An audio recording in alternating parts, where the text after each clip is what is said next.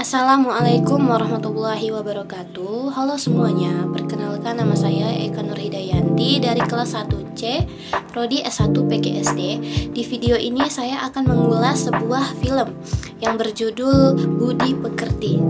Budi Pekerti adalah film garapan dari Regis Banuteja yang dirilis dan tayang di Jakarta Film Week pada tanggal 25 Oktober tahun 2023 dan di Indonesia pada tanggal 2 November tahun 2023, berdurasi 110 menit, berbahasa Indonesia dan Jawa, yang merupakan sebuah drama keluarga yang mendalam dan relevan dengan kehidupan masyarakat modern, yang merupakan film dengan penggambaran kondisi sosial yang sangat kompleks. Kerennya lagi, film ini berhasil mendapatkan nominasi terbanyak di Festival Film Indonesia sebanyak 17 nominasi, termasuk salah satunya adalah nominasi sutradara terbaik dan film cerita panjang terbaik.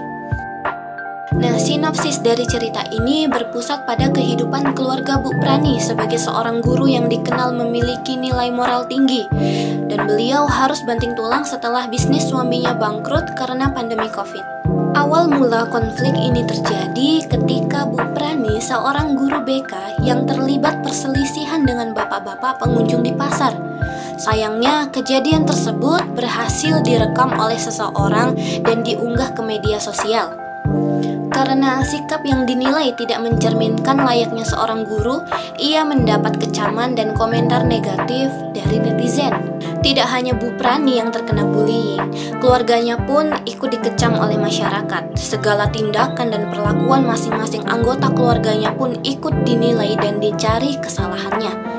Nah, akhirnya hidup mereka menjadi tidak tenang dan apapun yang mereka lakukan akan dipandang salah.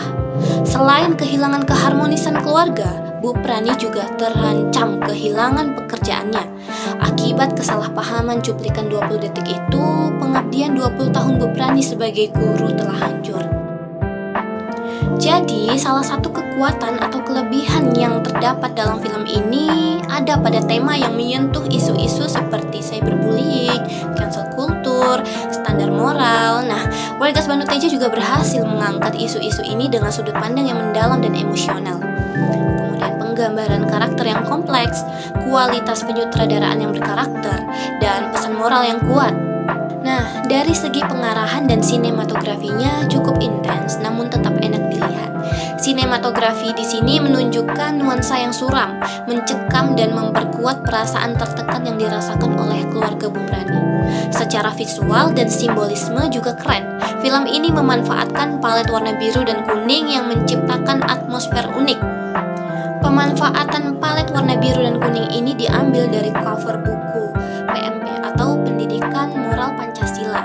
Nah, simbol seperti masker kuning dan ring light digunakan untuk menyampaikan pesan yang mendalam, menambah lapisan makna bagi cerita yang sederhana namun emosional. Nah, selanjutnya kalau soal pemeran dan akting pemainnya, di sini Syaini Febrianti yang berperan sebagai Bu Prani menampilkan performa yang mengesankan sebagai seorang ibu yang harus menghadapi tekanan luar biasa. Begitu juga dengan Dwi Sasono sebagai Pak Didit dan anak Bu Prani yang diperankan oleh Prilly Latuconsina sebagai Tita dan Angga Yunanda sebagai Muklas Animalia. Wah, kalau dilihat dari jam terbangnya di dunia akting, persen mengecewakannya pasti sangat minim. Nah, kalau ada kelebihan, pasti ada kekurangan. Salah satunya ada pada artikulasi dan intonasi pemeran dalam pengucapan bahasa Jawa. Memang tidak semua, hanya beberapa nada kata yang kurang tepat dan selebihnya keren banget. Film ini mengajarkan sejumlah nilai penting yang relevan dengan kehidupan sehari-hari, khususnya di era digital, agar kita lebih bijak lagi dalam bermedia sosial. Tidak mudah menghakimi, pentingnya pengendalian diri, kekuatan empati dan dukungan keluarga, serta refleksi sosial. Film ini menyoroti bagaimana seseorang bisa kehilangan kendali atas nilai-nilai budi pekerti ketika berada dalam situasi penuh tekanan. namun tetap menegaskan pentingnya menjaga moralitas sebagai landasan utama dalam bertindak. Budi Pekerti menunjukkan bagaimana sebuah video yang viral di media sosial dapat mengubah kehidupan seseorang dan keluarganya.